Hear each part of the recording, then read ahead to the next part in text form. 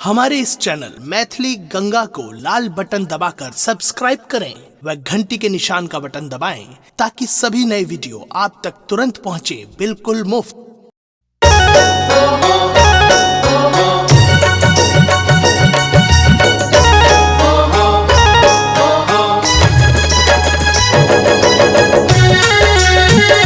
अपने सुन रही थी गंगा कैसेट की प्रस्तुति।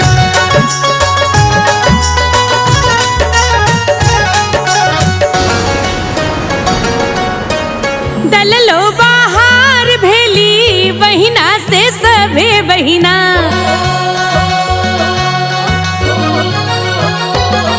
हाँ दललो बाहर भेली बहिना से सभे बहिना, दललो बाहर भेली बहिना से सभे बहिना।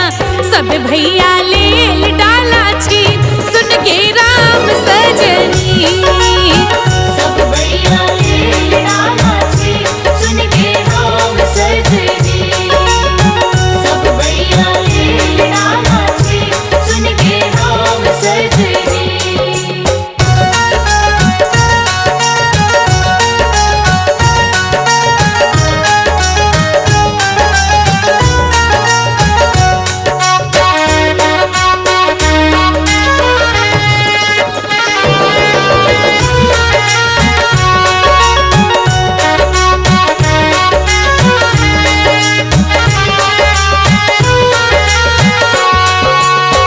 मचिया बैसल तो है बाबा हो बड़ईता से, मचिया बैसल तो है बाबा हो बड़ईता से, तोर बेटा लेल डाला छीन सुन के राम सजनी, सब भैया लेल डाला छी सुन के राम सजनी, सब भैया लेल डाला छी सुन के राम सजनी।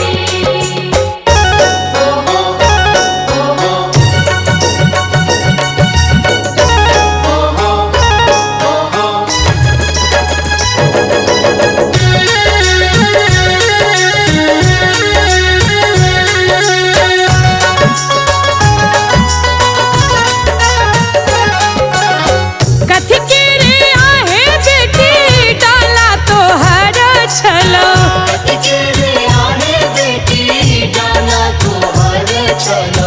कथिए सजाओल चारू ओर सुन के राम सजनी, सब भैया लेल डाला छी सुन के राम सजनी, सब भैया लेल डाला छी सुन के राम सजनी।